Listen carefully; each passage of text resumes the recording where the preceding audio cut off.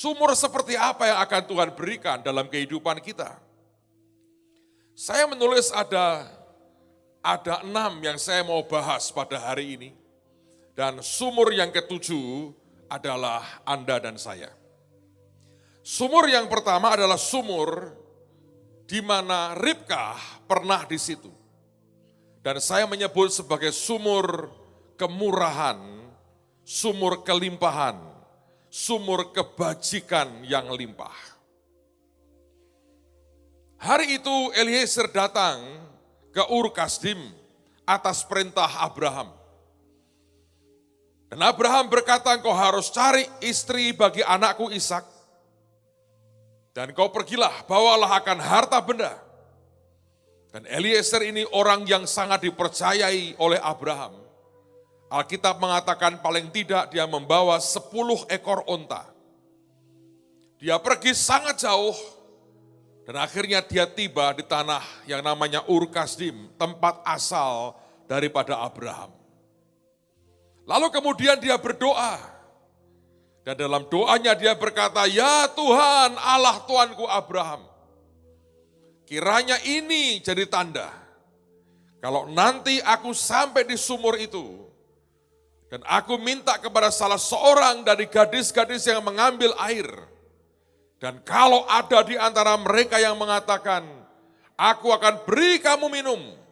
Bahkan bukan hanya engkau, tapi onta-ontamu aku akan beri minum. Maka itulah calon istri anak daripada Abraham. Saudara, maka Eliezer mendekati akan sebuah sumur di Ur Kasdim. Dan tiba-tiba datanglah Ribkah.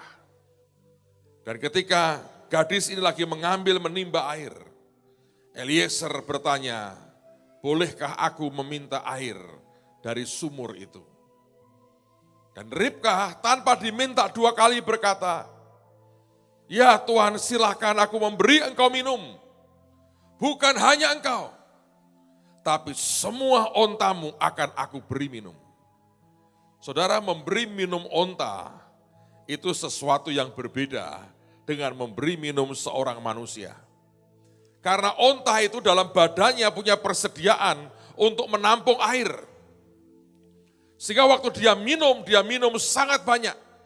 Dan bagaimanapun mereka baru saja melakukan perjalanan yang sangat jauh. Anda bisa bayangkan itu, memberi minum 10 onta. Dan itu tidak diminta. Sesuatu yang keluar dengan sendirinya. Sesuatu yang keluar karena kemurahan, karena kelimpahan di dalam hati. Saya berdoa kita punya sumur yang pertama, yaitu sumur kemurahan dan sumur kelimpahan. Kita memberi dengan tidak menghitung apapun. Kita hanya berkata, mari kita jamu bangsa ini dan kita jamu akan bangsa-bangsa. Saya percaya makin tahun akan makin banyak nanti. Tuhan akan kirim bangsa-bangsa di tengah-tengah kita, sementara kita pergi ke bangsa-bangsa. Saya percaya inilah kemurahan yang sebetulnya Tuhan sudah demonstrasikan di tengah-tengah kita. Saya berdoa kita sampai kapanpun tidak akan kehilangan akan sumur kelimpahan kemurahan yang seperti ini. Karena semakin banyak kita memberi, kita akan makin dilimpahi Tuhan dengan makin banyak lagi. Saudara sekalian, itulah sumur kemurahan dan kelimpahan. Jangan pernah jemu melakukan apa yang baik. Jangan pernah letih mengerjakan apapun yang mulia untuk orang lain. Sekalipun sepertinya semuanya sia-sia dan kita tidak melihat akan hasilnya. Tapi percayalah Tuhan yang maha murah. Tuhan itu suka melihat kemurahan yang kita tunjukkan kepada orang lain. Dan satu hari Anda akan bisa menikmati sebuah hasil buah yang luar biasa. Bahwa ternyata kemurahanku itu dihitung oleh Tuhan. Sumur yang pertama yang saya berdoa akan memancar begitu kuat dari hidupmu adalah sumur kelimpahan dalam kebajikan, sumur kemurahan. Ribkah membuktikan itu. Onta-onta yang dia beri minum itu sebetulnya bukan onta milik orang lain pada ujungnya kan. Bukankah seluruh harta yang dibawa oleh Eliezer, itu semuanya diserahkan kepada keluarganya, dan semua harta itu diangkut oleh 10 onta yang dibawa oleh Eliezer. Tidak pernah ada kebajikan, tidak pernah ada kemurahan hati, tidak pernah ada kebaikan yang tidak menghasilkan sesuatu, ujungnya buat kebaikan kita sendiri. Orang yang berbuat baik kepada sesamanya, sebetulnya dia sedang memberkati dirinya. Dia sedang taruh sebuah investasi atau tabungan yang ajaib dalam hidup banyak jiwa dan banyak kehidupan. Dan ujungnya satu hari kelak, dia akan bisa menikmati apa yang terbaik. Ribka tidak pernah mengerti apa yang dibawa oleh 10 ekor onta itu.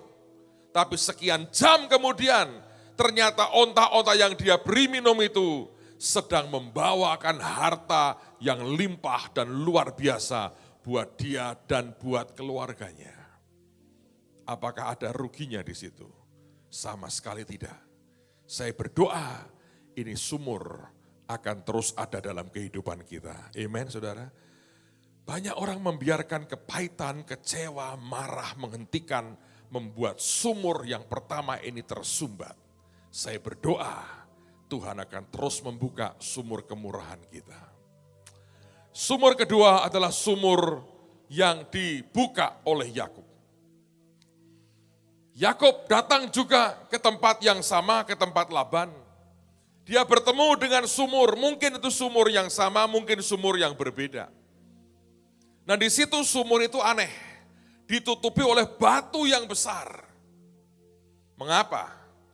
Mungkin oleh karena debu, mungkin karena pasir, mungkin karena mereka tidak mau sumur itu kotor dan tercemar.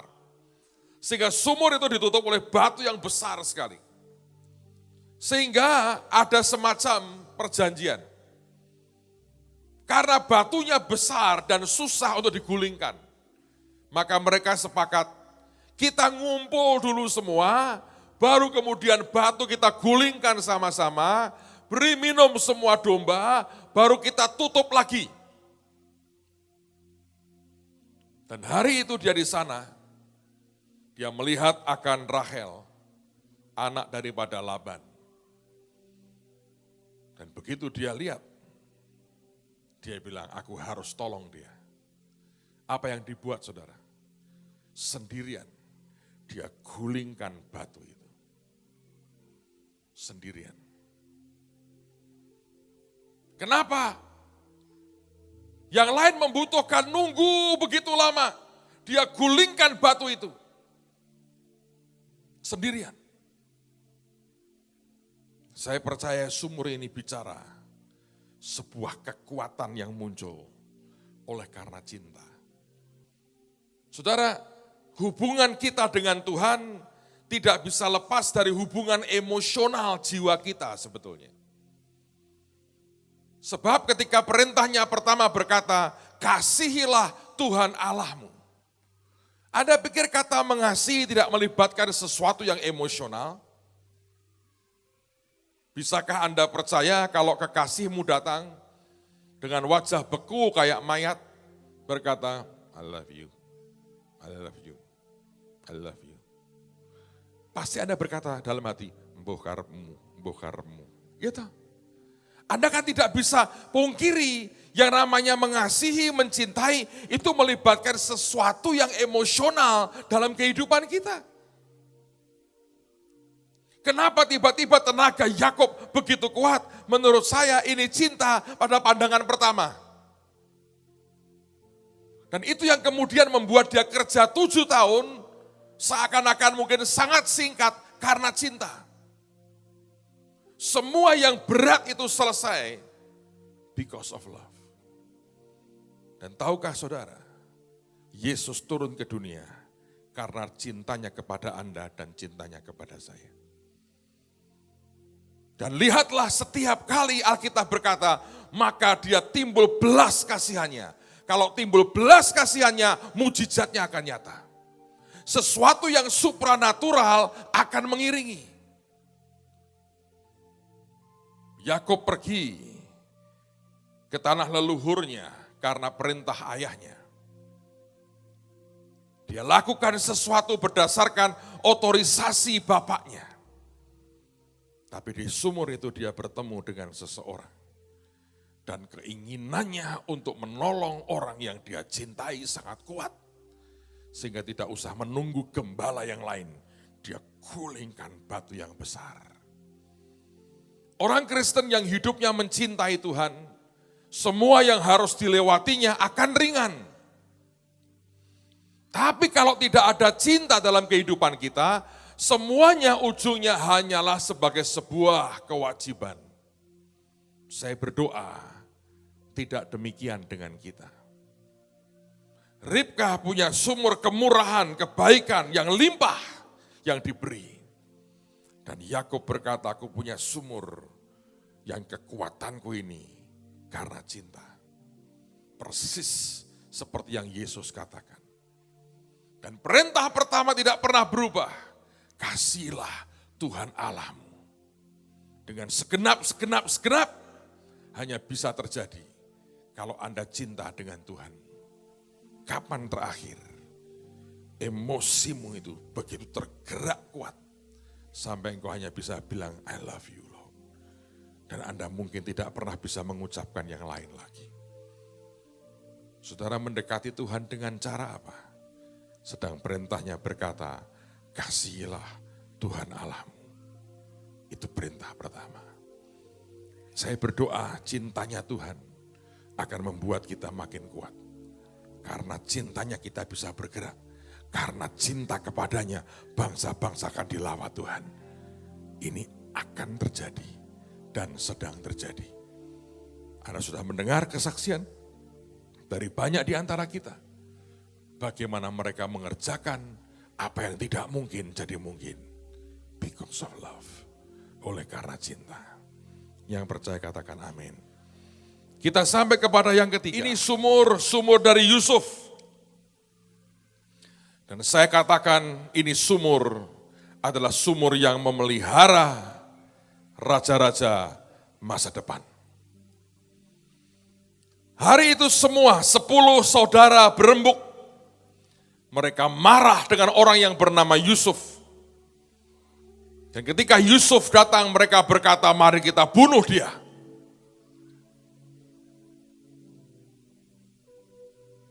Kakak tertua namanya Ruben. Selama hidupnya tidak banyak yang baik yang dia kerjakan. Bahkan dia melakukan hal yang cemar di rumah ayahnya sendiri. Sampai kemudian hilang hak kesulungannya. Dan saya menggambarkan Ruben ini seperti sumur yang kering. Tidak ada apapun yang dia bisa hasilkan untuk dibagikan dengan baik kepada orang lain. Musa bahkan berkata, biarkan Ruben sedikit dan tidak banyak jumlahnya. Kalau yang lain diberkati berlipat kali ganda jumlahnya, Ruben malah dikatakan, biarkan jumlahnya sedikit saja, jangan banyak. Saya menggambarkan dia seperti sumur kering. Dan sumur kering ini tidak berbuat sangat banyak, bahkan hampir-hampir tidak ada yang baik yang dikerjakannya. Kecuali satu. Ketika yang lain berkata mari kita bunuh dia, dia masih berikhtiar menyelamatkan Yusuf. Bagaimana caranya? Dia mempengaruhi mereka berkata jangan dibunuh. Simpan di sumur ini aja. Dan itulah sumur kering. Dan dia bertekad satu hari setelah selesai semuanya, dia akan lepaskan Yusuf kembali.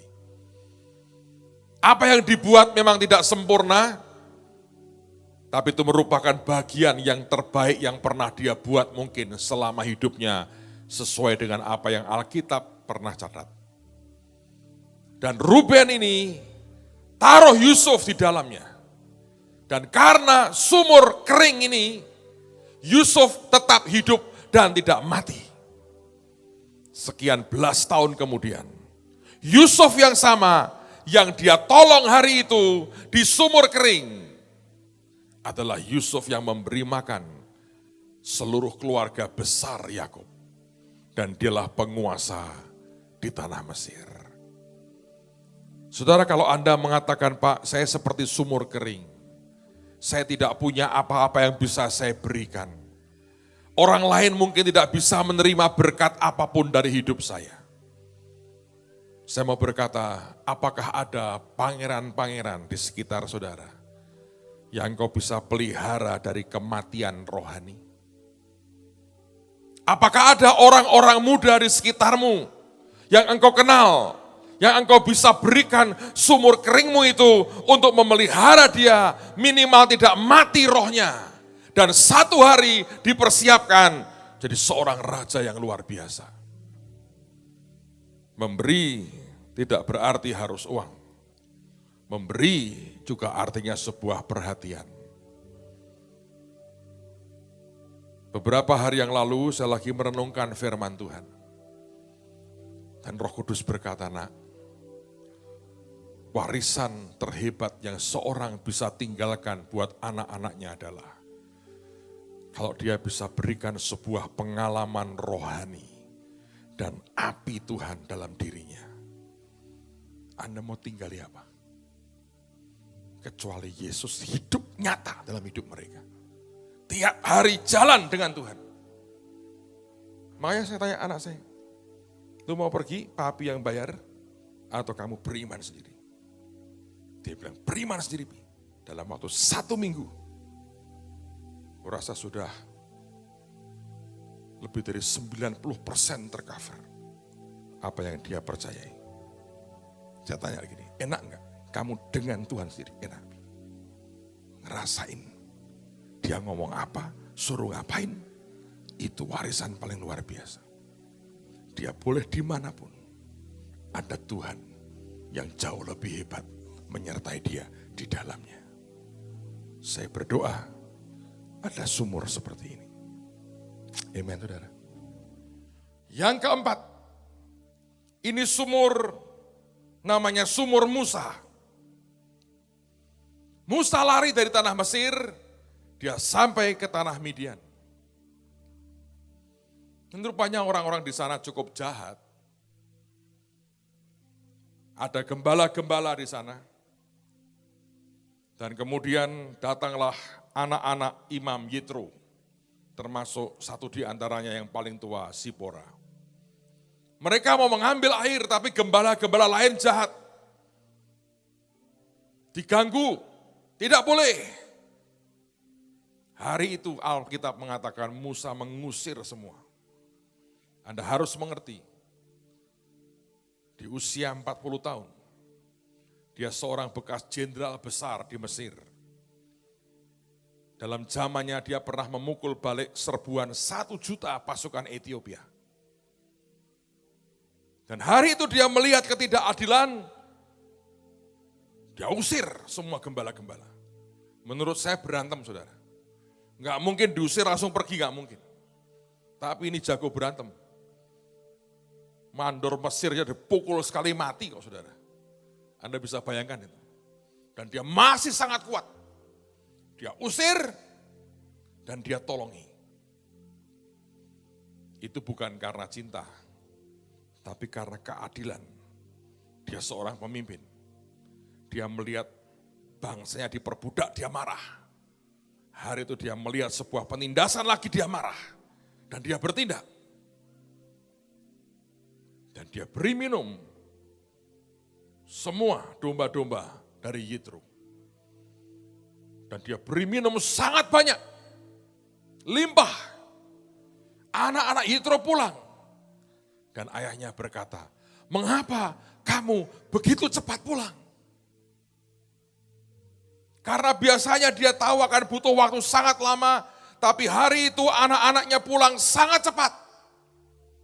Baru mereka berkata, seorang Mesir menolong kami. Dan Yitro berkata, panggil. Dan ketika dipanggil oleh Yitro, dia dijodohkan dengan Sipora. Sumur Musa adalah sumur, saya berkata, sumur percepatan.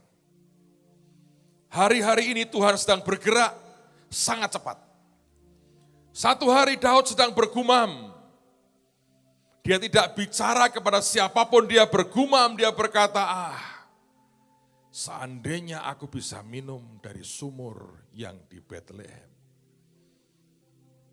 Ada 3 orang perwiranya yang dikenal sebagai triwira, duduk sangat dekat dengan rajanya. Dan mereka mendengar gumaman rajanya. Tanpa diperintah, mereka ambil senjatanya, mereka terobos pasukan Filistin.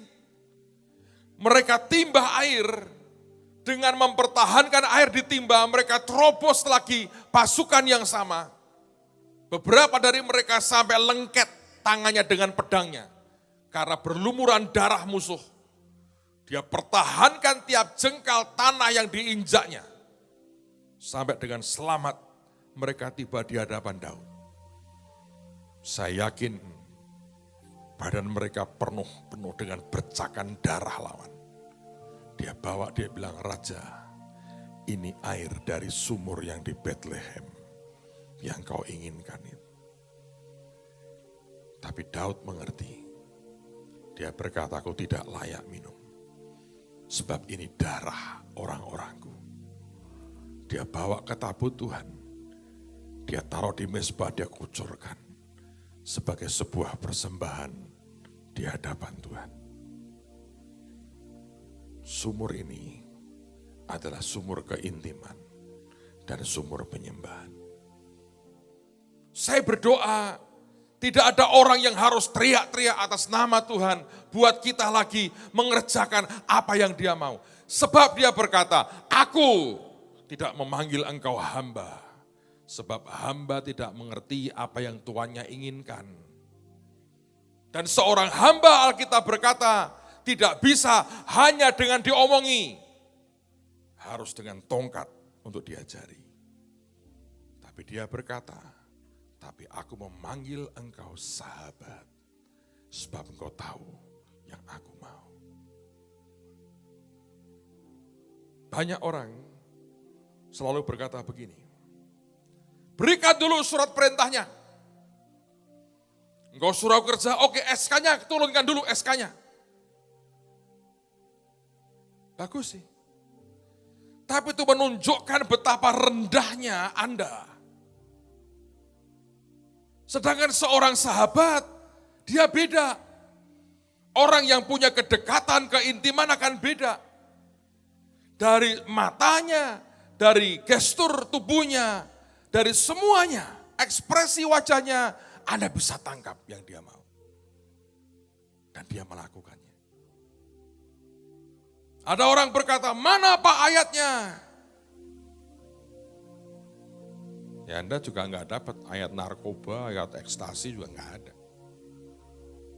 Apakah Anda bisa nangkap hatinya Tuhan? Tidak. Banyak orang hanya nangkap yang tertulis. Dan firman berkata, huruf itu mematikan. Untuk apa Anda tahu banyak, tapi tidak Anda hidupi dalam kenyataan hidupmu. Saya berdoa Anda punya sumur yang membuat engkau punya kedekatan dengan Tuhan. Sumur yang didapat karena engkau punya intimacy. Dan tiap kali raja itu bergumam, kita tahu yang dia mau. Dan kita bergerak sangat cepat. Seperti yang Tuhan inginkan. Amen, saudara. Dan sumur ke-6, saya paling suka ini. Sumurnya Yesus sendiri. Dan disinilah dia berkata, "Kalau engkau minum dari air yang akan aku berikan, akan menghasilkan semburan mata air yang kuat dengan debit yang besar." Sumur apa Yesus itu? Satu hari dia lelah. Nah, kita berkata dia harus berhenti di desa di Samaria. Hari itu siang hari, dia duduk di tepi sumur. Seorang wanita datang membawa timba, membawa buyung tempayan. Dan Yesus berkata, "Beri aku minum." Dan wanita ini berkata, "Engkau orang Yahudi, orang Ibrani, minta minum kepada kami orang Samaria." Orang Samaria itu hasil campuran, orang Yahudi campur dengan bangsa-bangsa lain. Lahirlah orang Samaria. Nah, oleh orang Yahudi pada umumnya dianggap sebagai bangsa kelas nomor 2. Dan hari itu ada orang Yahudi minta tolong kepada orang Samaria. Dan Tuhan ngomong seperti ini. Sumur ini adalah sumur kehausan akan Tuhan. Dan minum daripadanya. Saudara, itu yang terjadi. Ujung pembicaraan itu. Dia berkata, wanita itu berkata, aku mau minum Tuhan dari air yang kau tawarkan. Dia berkata, panggil suamimu. Dia berkata, aku tidak punya suami. Dia bilang, yang kau katakan itu benar. Engkau sudah pernah punya sekian laki, dan yang dengan engkau juga bukan suamimu. Dia kaget. Dia balik wanita ini ke desa. Dia berkata apa?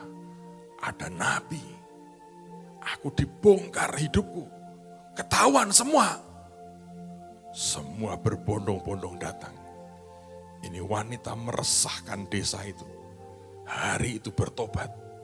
Mereka berkata kalau bukan Tuhan tidak mungkin. Seluruh kampung percaya kepadanya.